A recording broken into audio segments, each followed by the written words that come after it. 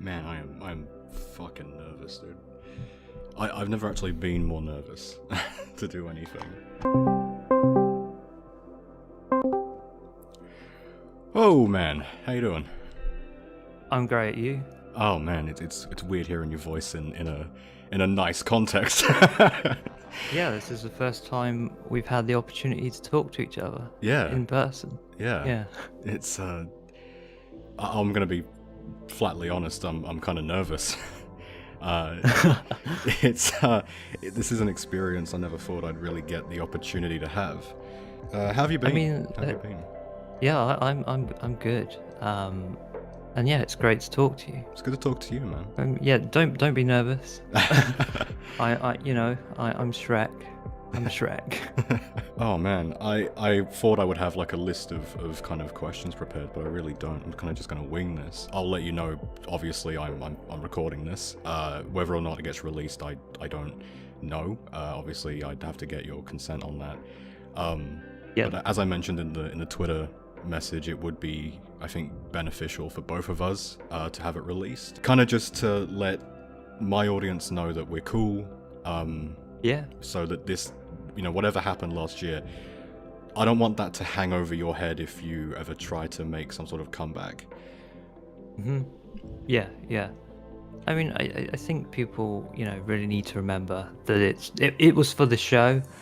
And I even said to you, even before it even happened, that this was for the show. And I even remember in the first video you made, you said, why should we take anything seriously from Ryan? Because he says it's for the show.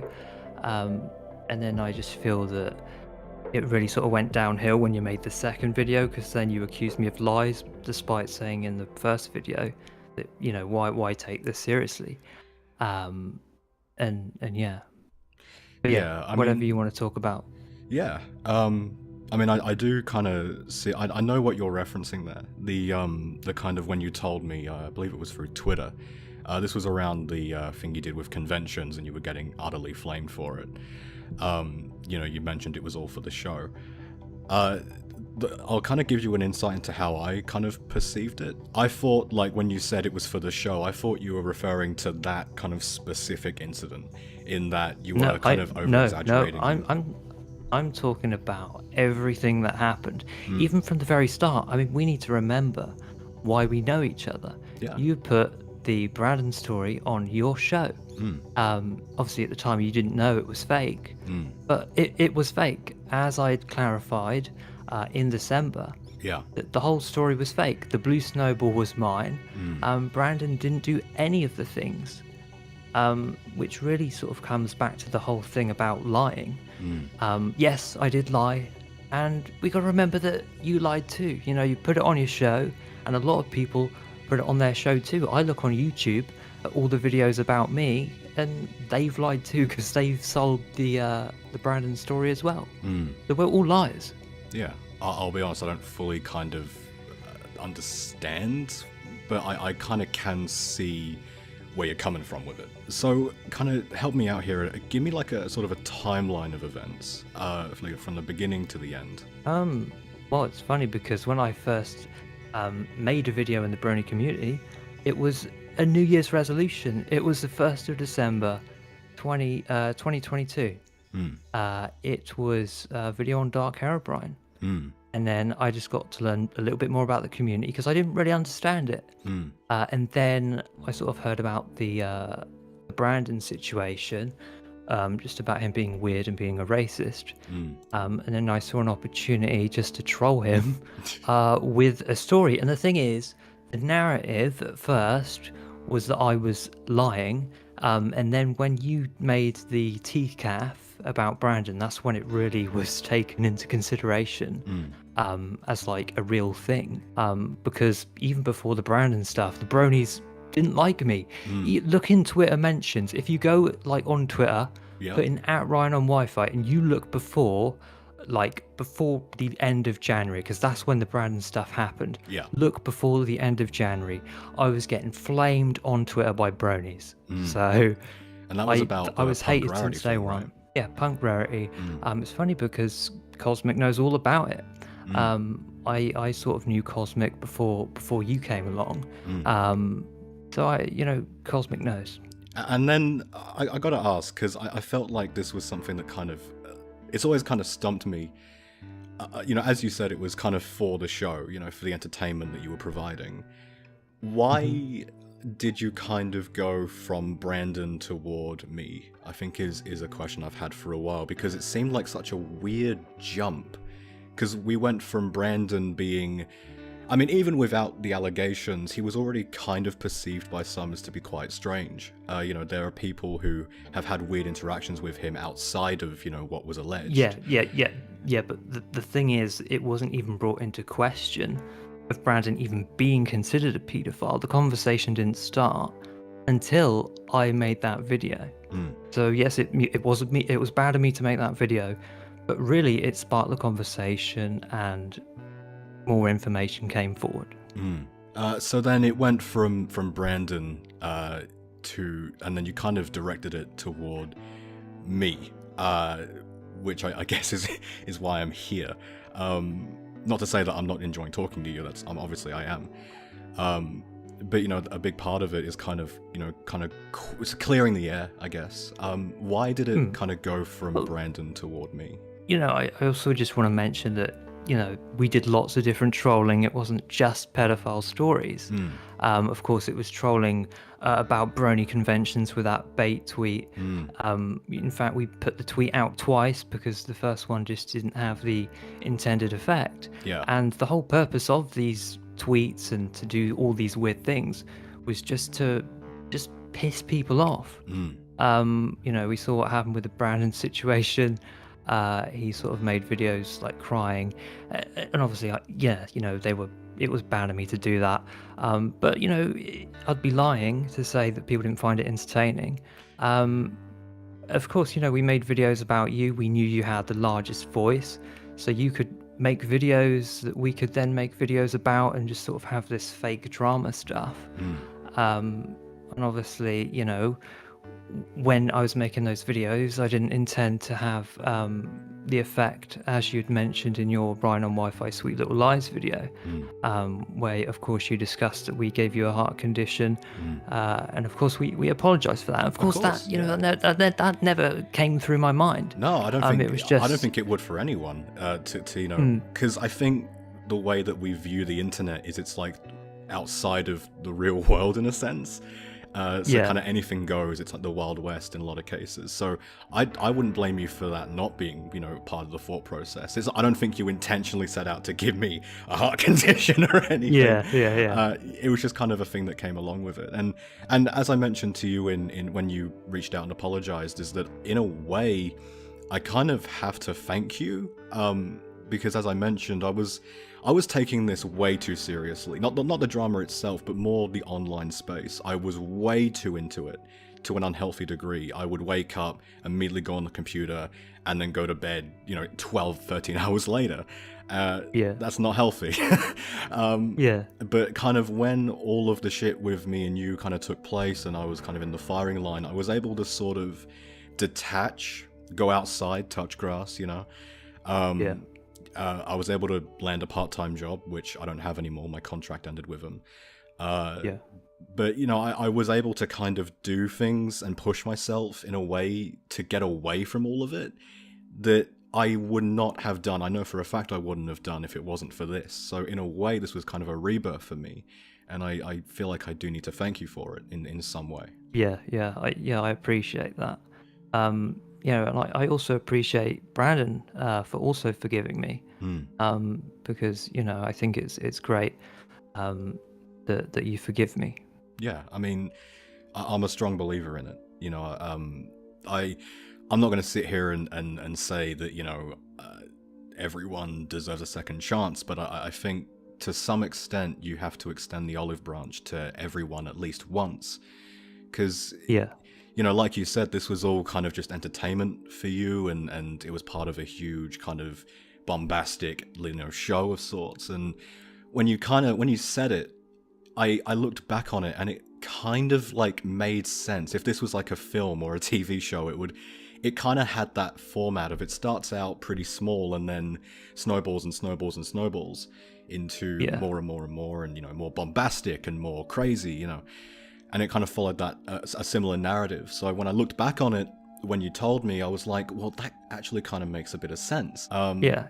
I mean, that's why, it's funny because I made a fake hack video, and then it's like, oh, Ryan uploads a fake hack video. He's guilty. He's trying to hide, and it's just, it's another example of me showing, look, this is all for the show. It's silly. It's stupid. That's what the channel was about.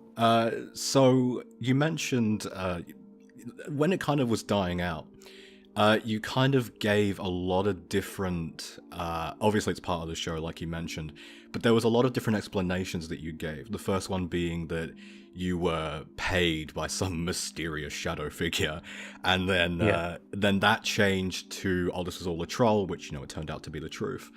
I guess the big thing surrounding that is, sorry if you can, I'm kind of shaking.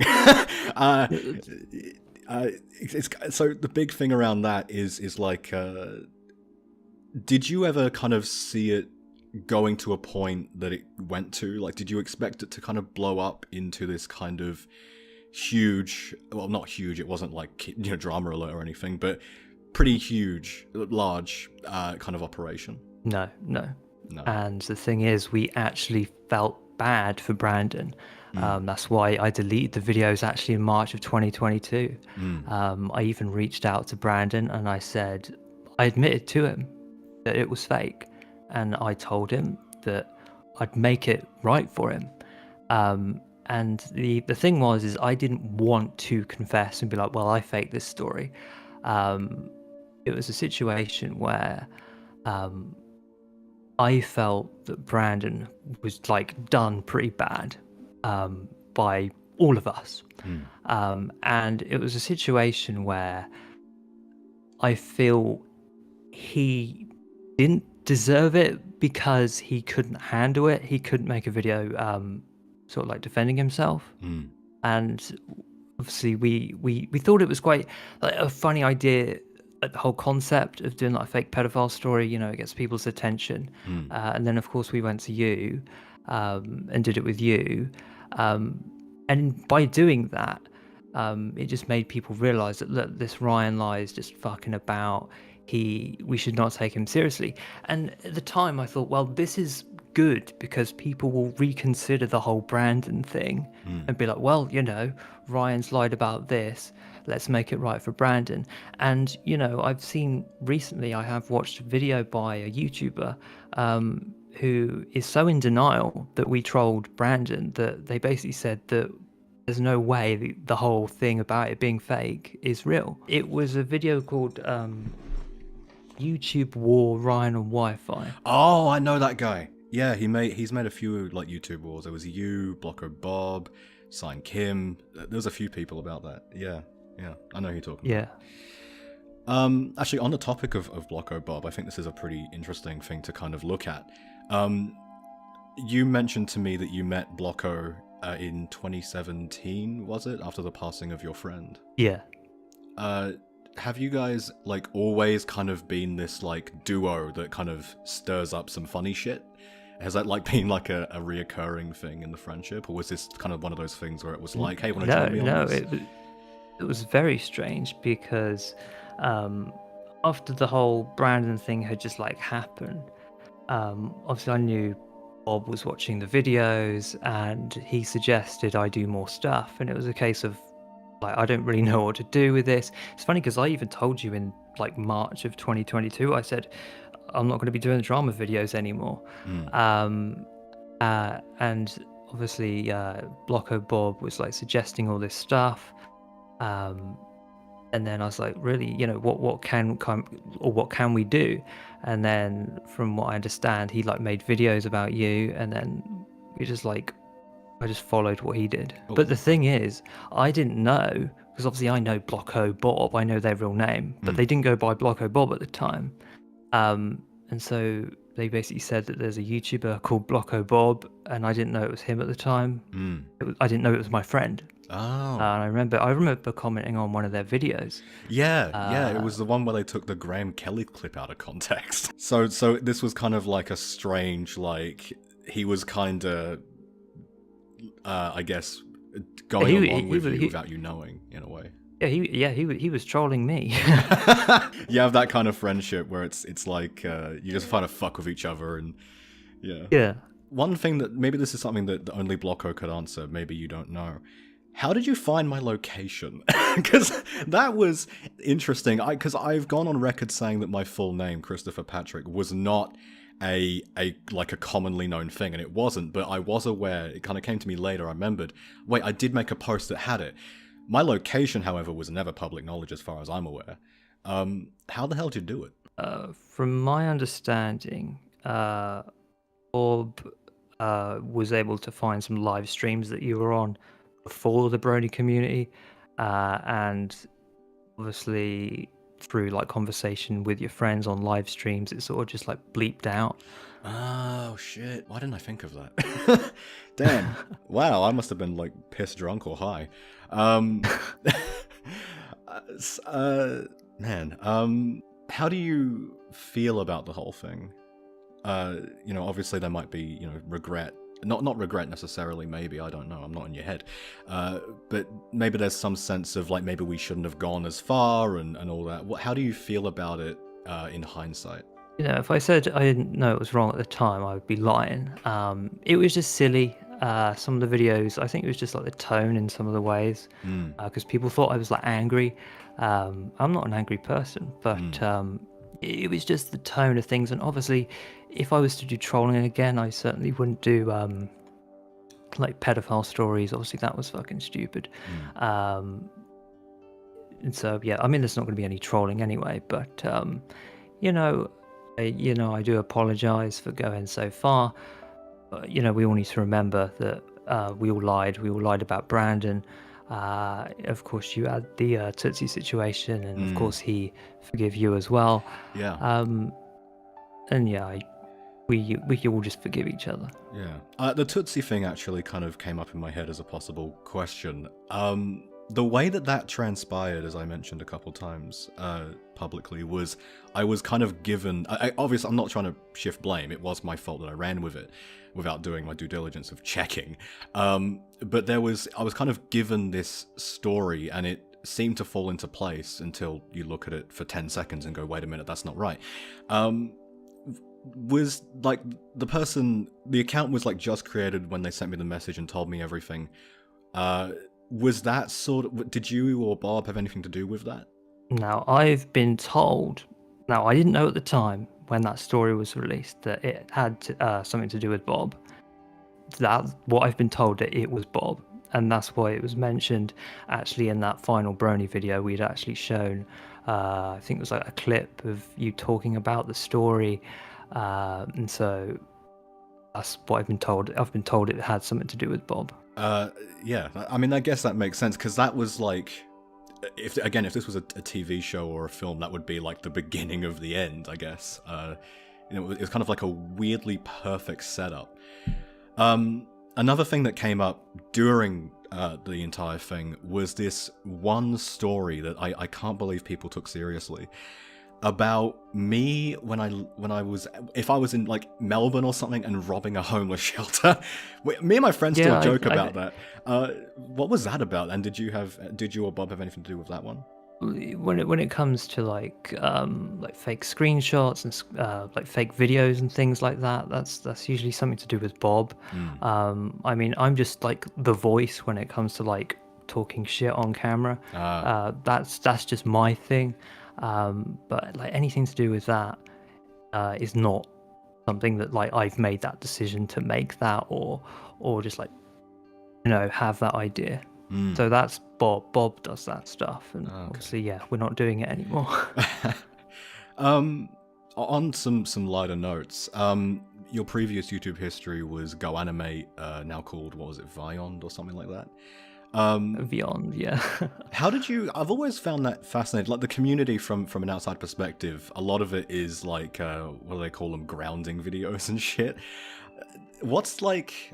how did you get involved in that? How did you get involved in that kind of community where it's kind of closed in a way, but people can visibly sort of see it from the outside? And what's it like? Is animation sort of a passion of yours? No, it isn't actually, but it was very strange because that Beyond community, I don't really know how it all started. I only started in like 2021. It was just like you have this opportunity to sort of like make these animations. It's quite easy to do, and you can sort of like just create these silly situations, sort of like create your own show. But yeah, in this situation, we took the show to literally. And there's a video of yours that blew the fuck up in the UK about some dude named Alex Belfield or some shit. What's that about? Because I watched it while the day it went up. I was like curious. I'm like, huh? What is this? Because like, I'm not British. So I don't know. What's that about? It's funny because that guy's actually in prison now. Is he? Alex What Belfield, the fuck? Yeah, he's sort of like the real life Blocko Bob essentially. Wow. In prison. Oh my god. So he's like a sort of a British. I looked him up, but he's like a British kind of presenter or newscaster or some shit, journalist. Yeah, he did like some like bad stalking, doxing, and all that sort of stuff. Oh man. And it's funny because before he went to prison, he was actually aware of the videos I was making. And he felt they were quite funny. That must be like a whole new level for you, is to kind of target someone who's pretty proficient in the media world and then have them notice it. That's like a whole step above what happened with me. That must have been a rush. God, I have more questions. I don't. How much time do you have? Another hour. Months after it had all ended, you kind of out of nowhere, you reached out to me and you apologized. Yeah. Firstly, thank you. I had spent months at that point kind of trying to, I thought I'd never get that. Because I mean, when you get trolled that hard, it's unlikely to receive any type of apology. Yeah. So thank you for actually... I think it's because people, they saw those videos, they thought I was like angry. But we just had to reaffirm that it was part of the show. We didn't really mean the things that we said, and so an apology was an easy thing to do. I hope it's not too much of a depressing topic, but I'd love to talk about your friend who passed away, if that's okay with you. Jeremiah, I can't pronounce the name. Jeremin 19. Yeah, Powerpuff Girls artist. How did you get to know Jeremin? Oh, it was actually one of the very first content creators I was able to watch on YouTube. Really? Even from when I was like a young child. You have like your tablet or phone, you just watch YouTube. And I was always inspired by the art she made. And as I was just coming back to YouTube in like 2021, I just sort of like started drawing Powerpuff Girls. I drew a few of them. I got quite bored of it, and then I got into some trolling. But she was an inspiration to me, and an inspiration to a lot of people. We miss her. So she was kind of like your muse, I guess, in a way, to start doing what you do now and making stuff for the world to see. Yeah. But the trolling, she didn't influence me to troll. I looked a bit into it, and I'm like, I don't think she'd approve of this. Yeah. So you mentioned in one of the videos you made that you had like a Fiverr account. Obviously, when it came out, we looked it up, we couldn't find it. Do you take commissions? Do you, No. It was all part of the show. It was just like lying as part of the show. It was quite funny. But no, we don't have a Fiverr account. Do you take like commissions or anything for art or anything like that? No, I don't do that. Oh man, you should. Like, everything aside, your art is genuinely really good. And I would totally recommend opening up some sort of commissions or something. Thank you. I'd promote it. So, how are you? Like, I guess that's one question I've kind of wondered a lot. Growing up, you'd hear all this stuff about people who attack others are not happy with themselves and shit like that. Obviously, I think as we all mature, we know that's not entirely the case. Yeah. How are you doing? How's your mental health? Are you feeling good? You feeling all No, right? I'm fine. I'm fine. And this is another thing that was mentioned in the videos. Sort of people had this perception that I was having a mental breakdown. But no, we were just very silly. We overreacted to situations. Just as I said, all part of the show. I'm fine. But when it comes to like the types of like videos where I'm talking shit about people and I'm mocking people, it all really starts actually because when I was in like doing Minecraft videos when I first started YouTube, we had friends who were outed as like pedophiles. Oh shit. I'm talking like big ones that were on Drama Alert. Oh, like fucking Line And- Maker and shit. Yeah, Lion Maker. God damn. I was friends with him. Oh man. I'm sorry. we That were must. Wow. We were very good friends. Oh, I'm sorry to hear that. And man. he actually wanted me to go to his house, Oh god. I hope but you did. I didn't. Oh, thank God. No, I- Thank fuck. no, he wanted me to go to his house for a barbecue. He wanted me to go to Belgium, and I was like, no. Yeah, nah, mate, nah. Fuck that. But yeah. Back on the topic. So I had like friends who were basically outed for doing all this crazy shit, like with kids. And obviously, when things like that happen, you're exposed to this whole new environment on YouTube where people just talk shit about the YouTuber who's been outed. Yeah. And I it's funny because I actually like the videos that were being made, like where people would talk shit about people. Yeah. And so I sort of saw those types of videos and I sort of incorporated it into the way I started like producing videos. And so that was sort of something I stuck onto, and I guess just used it for not very good situations. I mean, I can't say I blame you for it, because, if you've lived through, like, a friend being outed, I guess in some way you need to kind of try to turn that feeling and that memory into something that kind of would be, not entertaining, but something that you can, I guess, in your own mind, do for some sort of, joy. Yeah. In some way, I guess I could understand it. There was kind of a point during all of this where you kind of went totally, MIA, and no one could reach you, no one could kind of try to get your side of it. I don't know how to really properly ask this. Yeah. But The reason is because obviously people took it so seriously, and they sort of want to know answers and questions, and it's like, I've said it's part of the show, and so when you sort of you try and keep them, like, hold them justifiable for their actions. It's like, I've done it for the show, and people want to get in contact because it's like, well, you lied, but the people who are saying I lied also lied about like the whole Brandon thing and shared all that, and it's like, look, we're all liars, we all lied. So this was kind let's of not like try- a societal statement for you, I guess, in a way, looking back at it. Yeah. As you mentioned, this was kind of part of a show for you. Shows have an end, like a final episode or a final shot. What was, if this kind of had gone to whatever plan you had, if you had any, what was like the final end goal of it? Well, for me, the end was everyone says I'm a liar. But then we literally pull the Uno card out and say, look, you lied about Brandon. So this whole thing, calling me a liar, yeah, your argument's quite good, but you lied too. That's it for me. Yeah. Don't you think, though, and I don't mean this to sound confrontational, this is a totally chill sit down, but don't you think that in some way you can kind of understand why people would look to you as you lied? Because, I mean, everything that came out about Brandon regarding the pedophilia allegations, they came, like, you were the source of it, so I think in some ways understandable.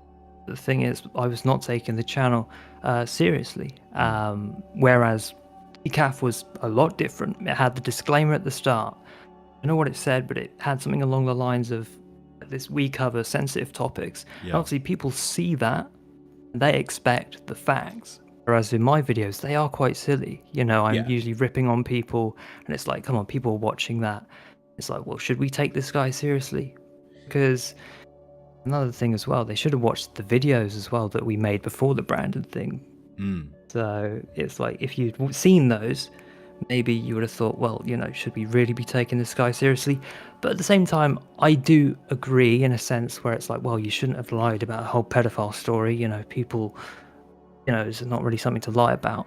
But then it's like, if you're going to talk about that on your channel, you know, you want to be making sure that you have all the facts, because once you start talking about it as well, you've got to take some accountability. Yeah, and I do see where you're coming from with it.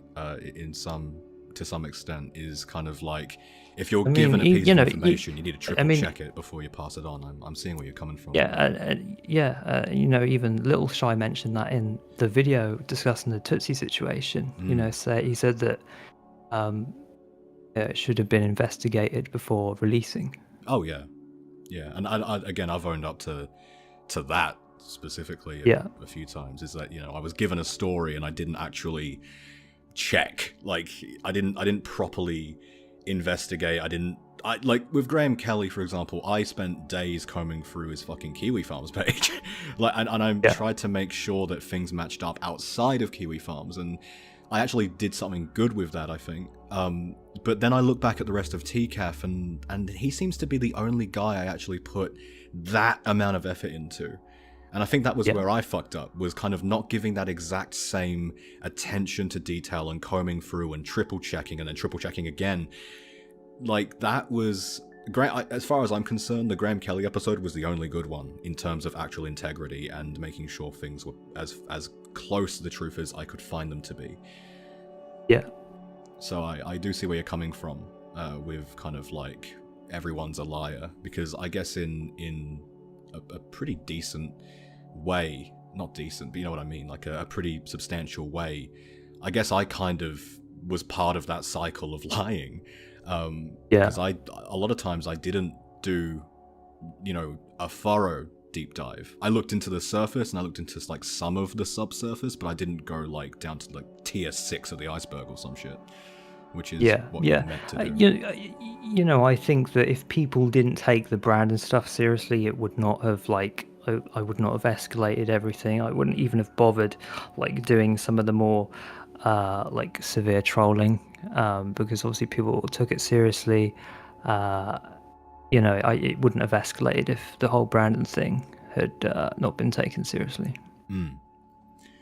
So with the Brandon thing, you mentioned earlier that you kind of saw him and you were like, this guy could be kind of interesting to fuck around with. Apart from Brandon, obviously you mentioned Punk Rarity as well. If things hadn't immediately kind of blown up in the way that it did, would there have been any other people that you would have kind of fucked around with apart from, you know, Punk Rarity, Brandon, and me?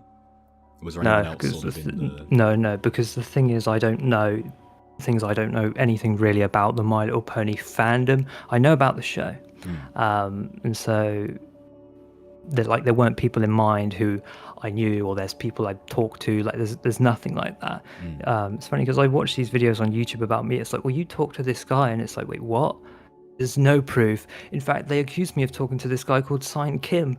It's funny because I look on my Twitter, I look in my DMs, they reached out to me. I didn't even reply to their message. In fact, they're still in my message requests. Oh my so God. I haven't even accepted their message. Okay, that's one thing I've always found interesting. Sign Kim is one of the strangest people. He is one of the strangest people I've ever seen. Because he's so... I mean, you can tell something's not right with his head, but there was like... There's such another layer to it. He's so like... I mean, it's because he says things... Like, he'll say someone's name, but then he'll get the name wrong, or he'll get the story mixed up with someone else. Yeah. Then he'll say stuff that has, like, no correlation to what it is he's trying to say. It just doesn't make sense. It's like, instead of like stringing out coherent sentences, he kind of just vomits out everything in his brain all at once. There's no cohesion to it. So, I mean, it's good that we were able to kind of clarify that you had nothing to do with that little shit. I mean, that's good. Yeah. You know, you mentioned in your message to me that he's just probably confused, which, Yeah. you know, looking at him, he's probably confused about breathing. So, you know, you mentioned, you know, you have like a history of wanting to kind of make a huge show, and you know, you've used, you know, Vyond or Vyond, and then of course everything that happened last year. When you say show, do you mean like sort of, you know, what kind of show do you think would work in your fate? Like, if you could make any show, if you could make a TV show, a theater show, whatever, what would be like your medium of choice? I don't know, but when I say show, I look at everything I've done on YouTube, everything I've witnessed on YouTube, whether it be like Linemaker being outed and, you know, making this big deal out of everything that happened. It's like, you know, I just want to try and make something that gets people's attention in whatever way possible and in whichever way possible. Like in the silliest circumstances, we'll do it. And that's the thing, because like I didn't know anything about the Brony community, and I understand you're like this is your thing, Brony community. But for me, it was just like, look, I didn't really care that much, so we're just going to talk shit about it. I mean, I think, you know, when this interview or whatever, this sit down is released tomorrow or some shit, people might poke holes in your story. Everything you're saying to me so far sounds pretty solid, because I'm just kind of hoping and I trust you that you're telling the truth at this point. There's nothing to gain from continuing the big spectacle. But one thing that was kind of mentioned, and I love Cosmic, don't get me wrong, but this is something that she mentioned a few times, was you claim, like, this is what she said a few times, you claim to not know anything about the fandom and you're not in the fandom, yet you go back a year and there's like Pinkie Pie speed art and all that. What's like, if you could kind of clarify that, I think that'd be helpful. I drew a picture. Yeah. I mean, as I even said to you at the start, I said that, you know, I mentioned that I did art and that I'm not in the fandom. That's the thing. Yeah. There is no one who I have like had a decent conversation with, because it's just not my thing. Yeah. So I mean, you can look back on Twitter mentions, my name, it are just not people for 2022. Yeah. Because that's a very important thing, because 2022 is when everything happened. Anything before that, there was nothing. So, I mean, I didn't want to say it to Cosmic. I love the girl, she's fantastic. But to me, it seemed pretty obvious this was just a thing you felt like drawing. It didn't really seem to me like proof of you being in the fan base or anything. You know, I know artists, you know, who draw shit from things they're not into because they just like the design, or they just kind of feel like drawing it, or, you know, whatever. I think it's funny because you know, I just watched My Little Pony just like on YouTube. It was just like a suggested thing, and then I watched it. I was like, okay, this is pretty cool. I hadn't even gone past the first season. That's the thing. so I'm not like a big fan. And the reason I sort of eventually got into the fandom in 2022, it was like a Brony Struggles account said something about Brandon being a racist. Then I looked into it, and then I saw your video where you said that Brandon was like one of the best bronies. Yeah, and that's I remember the thing. You put like you put like a little disclaimer in the comments saying that, oh, you know, he's just been outed as a racist, and I don't think he's that good of a guy. Yeah, that's like the worst timing. I put it out, and then like an hour later, Brony Struggles tweets like, It's funny because if you had not released that video, like, we probably would never have even have met.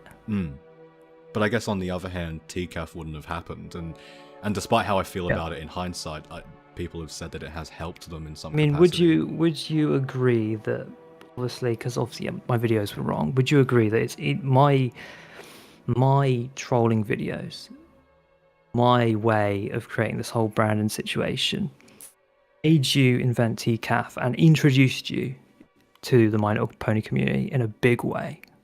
Yeah, I mean, that's one thing I've thought about kind of in running up to this interview when I sent the message, a few hours ago, and I've been kind of thinking about it. I'm like, if it wasn't for Ryan, I wouldn't have, the friends I have. I wouldn't have met my current girlfriend. I wouldn't have met, all these people that I cherish, and I wouldn't have this outlet, even though the channel's starting out small, with the whole recreation of it. I wouldn't have already the amount of audience I have. I'd be like at square zero.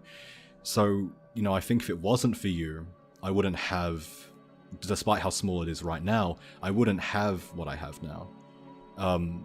So I guess, much like I mentioned with helping me go outside for once in my life, I do have to thank you for that.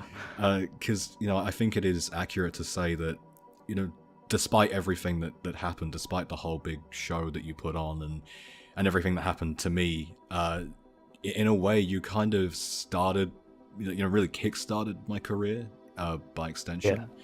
Hell, not even just by extension, just kind of by, doing what you did from the beginning. Yeah. Man, I mean, last year was difficult for me. I don't want to like trauma dump or anything to you, but it was difficult because like pedophilia allegations is one of those things where no matter how silly you present it, it's one of those things that people will immediately, it'll get their attention and they'll take in every word you say with total, expectation that it's true. It's just it's like that type of allegation where it's so serious and so disgusting. Even if you present it in the context of a fucking comedic skit, it would still be like, whoa, hold on a minute, we need to discuss this. So I know these things are wrong, and the thing is, that's why we made them so silly. We tried so hard to make them like really debunkable. And the thing with you, it was so easy for you to debunk, right? Because it was just so silly and so easy and so stupid. I mean, even in your RyanOnWifi Sweet Little Lies video, you said, well, the things you're saying are silly. It's easily debunkable in like 20 minutes. That's something you said. And really, if people looked at the Brandon situation a lot harder, it would not have been taken so seriously. It was very silly. And, even like that Tootsie story, that was a silly one too. Would you agree? Oh, yeah. It was like a very silly story. Yeah, absolutely. Yeah. And as I've mentioned before, my head wasn't in like the game for like being honest at that point. I mean, obviously I still cared, but there was a lot of it was also ego. For me at that point with the Tootsie thing, a lot of it was ego. Because I've been doing YouTube now for 12 odd years, and I never actually received that much attention until TCAF. So I'm not trying to excuse it by any fucking means, but this was my first time receiving any attention or any sort of love from an audience, and so my ego and all that Look, despite everything that happened, I think you are one of the best bronies, and like you're one of the first bronies I was actually introduced to, and yeah, you're really great. I've seen some of your GTA stuff over on your Meow channel. Yeah, you're great, and I do see great things coming from your channel, even greater things. I really appreciate that. Thank you. And it's all right. And I want you to know that, like, despite everything, even when it was going on, I still saw a lot of potential in you. I've been doing this for a long time, 12 years, since I was very young. And I've seen sort of how trends evolve, and I've seen what works and what doesn't. Your editing style, your comedic timing, you have that sort of vibe where you can, and I see it for you as well. You will do great things. Thank you. The Star Wars thing that you did a few days ago was great. I hate to say it because he defended me, but the Darky Booty shit, where it was like he gives you the cash and of course, everything hit, and again, throughout everything, I knew you had incredible skill in editing and comedic timing and just making stuff in general. I always knew that, but that when it really hit when I watched that for the first time, that it was like, holy shit, like, keep going down this path, dude. You're gonna blow the fuck up. Because like, it's funny because when I recorded that video, I recorded it on Easter. I had some Easter eggs and stuff, and I was just like, let me just get the PS3 out and just make a video. I recorded it, and I was like, this is gonna be a shit video. A couple of days later, I just put it in some editing software and started cutting it down. I was like, actually, this is pretty good. Yeah. And obviously, because like there's loads of gags in it. They're not even scripted. That was just like straight off my head. Yeah. And then I just started putting like these little things in there, and yeah, it was quite a good video. Yeah, and I think, if you keep going down that path, you'll become something even greater. You do have a genuine talent. Whether it's, even with the trolling shit, you had a talent for the editing and riffing on jokes and all that. And I'm assuming you had, scripts written, and they were written fantastic. There was a lot of stuff that you did. Even when I was hurting, I could still look at and say, "Fuck, he's good." Like, I've kind of learned a lot from you, not just in the sense of life and kind of teaching me to not take this internet shit so serious. Whoa, what was that? Internet shit so seriously. But also in the sense of just being creative. When I kind of stepped back and, as I mentioned in Sweet Little Lies, I was diagnosed with this heart condition, which thank fuck is temporary. It doesn't stick around for long. And then, of course, going up to my friend's place because I had to hide out because, the whole Blocko Bob and the, the stalking, like, ARG type thing. I even had a discussion with Bob about that, and I said, really, the whole, like, the stalking thing, I said, let's just keep it to the show, right? Keep it to the show. Let's not do this, stuff outside of the whole YouTube thing. Just make sure whatever we do, it's for the videos, and that's it. Yeah. I mean, that was scary. I mean, I hope you never get to experience something like that. Because even knowing it's fake, I can still kind of look back, not of the videos because they're either privated or deleted or something, but I'll remember them, or I'll see clips of them in old videos I used to, Sweet Little Lies is a great example of that. And I'll still get the shivers, and I'll still have to kind of look over my shoulder and go, fuck, look out the window. Like, it's a scary thing. It's one thing that kind of sticks with you. Even knowing it's fake, it's still kind of, it's very, I don't know how to describe it. It's a very innate feeling of dread. Even knowing it's like watching a horror movie for the first time that's really fucking scary. It's like, even though you know logically it's fake, it still scares the piss out of you. So it was bad, man. But in the RyanOnWifi Sweet Little Lies video, you mentioned that you believed that Zach was Blocko Bob. Did you genuinely think that? I did at the time. I did, because, and I'll be honest, this was unfounded. This was a much like the Tootsie thing was unfounded. But I think one night, me and a friend of mine, I can't remember who it was. I think it was Aaron. We kind of cross-referenced Zach's, like, voice demos and shit, from his voice acting stuff to Blocko Bob. And I don't know if it was at the time, with anxiety and shit, but they sounded really similar, and I'm like, there might be something here. And then, I don't know why the fuck we listened to Sign Kim, but he offhandedly mentioned that Blocko was Zach at one point. And so that, it was very quick. And again, I was like on painkillers and shit, that entire time pretty much to kind of, nullify the pain. But so it was all a blur. But really, I mean, that was a really unfounded thing for me to even believe, because you look at it for 10 seconds and you go, wait, no. Because at that point, fucking was like, Blocko Bob, sorry. If that is even his, I don't know if that's his name, but Blocko Bob had his face already out. So it's like, you can just look at that. And it's like, again, it was all a blur. I was strung out. I was drunk and high and shit. And so it was rough, but there was a lot of times where I kind of looked at shit in a really paranoid, unfounded angle at that time, which I think to some might be understandable, but again, that's still not, the fact is, the fact is I kind of just said, Zach is this guy who gave me torment, and he wasn't, but, that was shit of me. But I mean, man, it was wild, to think that, simple internet trolling, as serious as the allegations were, when you look at the core of it, it was just kind of being a bit silly.